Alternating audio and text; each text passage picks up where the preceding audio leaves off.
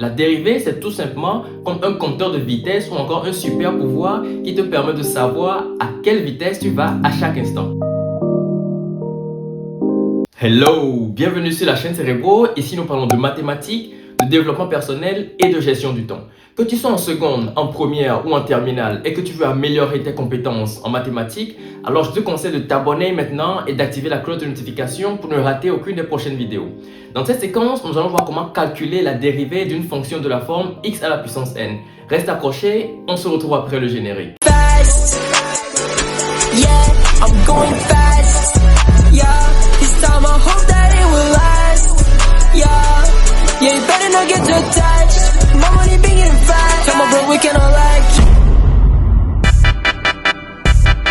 Avant de commencer par écrire des formules mathématiques, je vais essayer d'expliquer rapidement ce que c'est que la dérivée de façon très simple. Alors imagine que tu fais du vélo sur une route. Parfois tu vas vite, parfois tu ralentis. La dérivée, c'est tout simplement comme un compteur de vitesse ou encore un super pouvoir qui te permet de savoir à quelle vitesse tu vas à chaque instant. Si la route monte, qu'est-ce que tu fais dans ce cas-là? Tu accélères. Donc on va dire que dans ce cas, la dérivée est positive. Si par contre, la route descend, qu'est-ce que tu fais? Tu décélères ou encore tu ralentis. Dans ce cas-là, la dérivée est négative. Si par contre, la route est plate, tu évolues dans ce cas-là avec une vitesse constante. On est d'accord? Ou carrément, si tu t'arrêtes, la dérivée est nulle dans ce cas-là. Alors, une fois que vous connaissez maintenant ces notions, nous pouvons maintenant calculer dans cette vidéo la dérivée d'une fonction qui se présente sous la forme de x à la puissance n. On y va.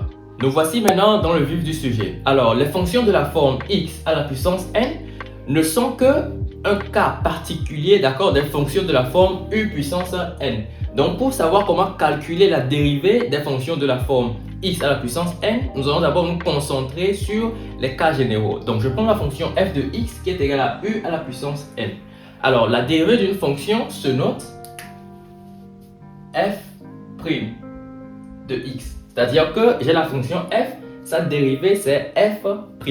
De la même façon, si j'ai une fonction g, sa dérivée c'est g', ainsi de suite. Alors ici, je peux écrire que ça fait u de x à la puissance n'. Alors, comment est-ce qu'on calcule la dérivée des fonctions de la forme u puissance n? C'est très simple, d'accord? Une fois que vous connaissez la formule, vous pouvez l'appliquer directement. Lorsque le prime agit ici, qu'est-ce qui se passe? Il se passe que le n qui est en puissance descend. C'est-à-dire qu'on aura n qui va multiplier.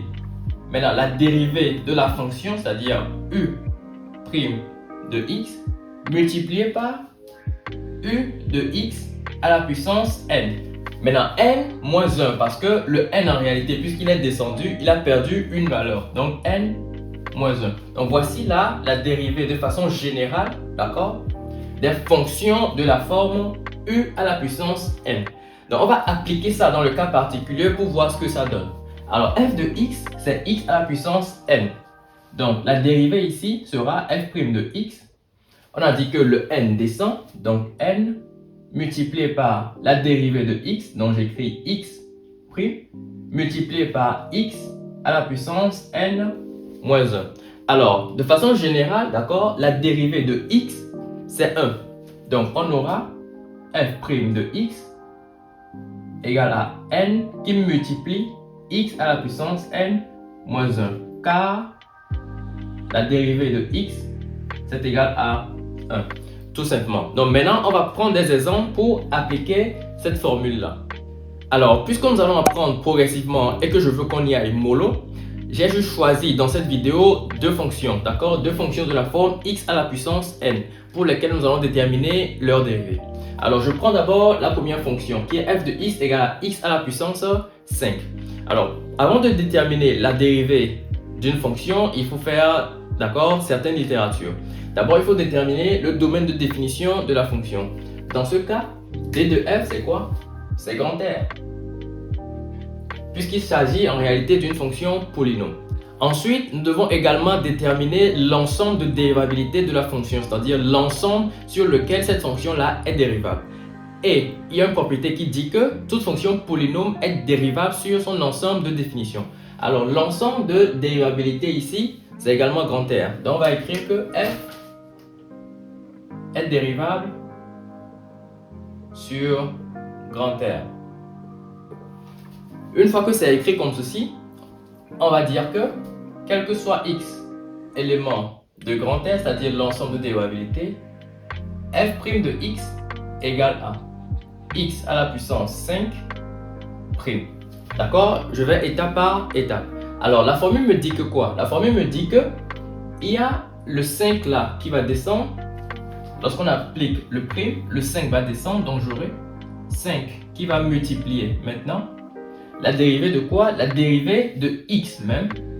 Donc dérivée de x qui va multiplier x à la puissance n-1. Le n ici étant 5, donc j'aurai 5 moins 1. Donc ça va me donner quoi comme résultat? J'aurai 5 qui va multiplier. On sait déjà que la dérivée de x c'est 1, donc on n'a pas besoin de l'écrire. Donc 5 multiplié par x à la puissance 5 moins 1, ça me renvoie 4. Donc j'écris que quel que soit x élément de grand R, la dérivée de ma fonction, ce n'est que 5x à la puissance 4. C'est simple, n'est-ce pas? Une fois qu'on connaît la formule, c'est facile de l'appliquer. Je prends ici la seconde fonction, g de x égale à x à la puissance 3 sur 2.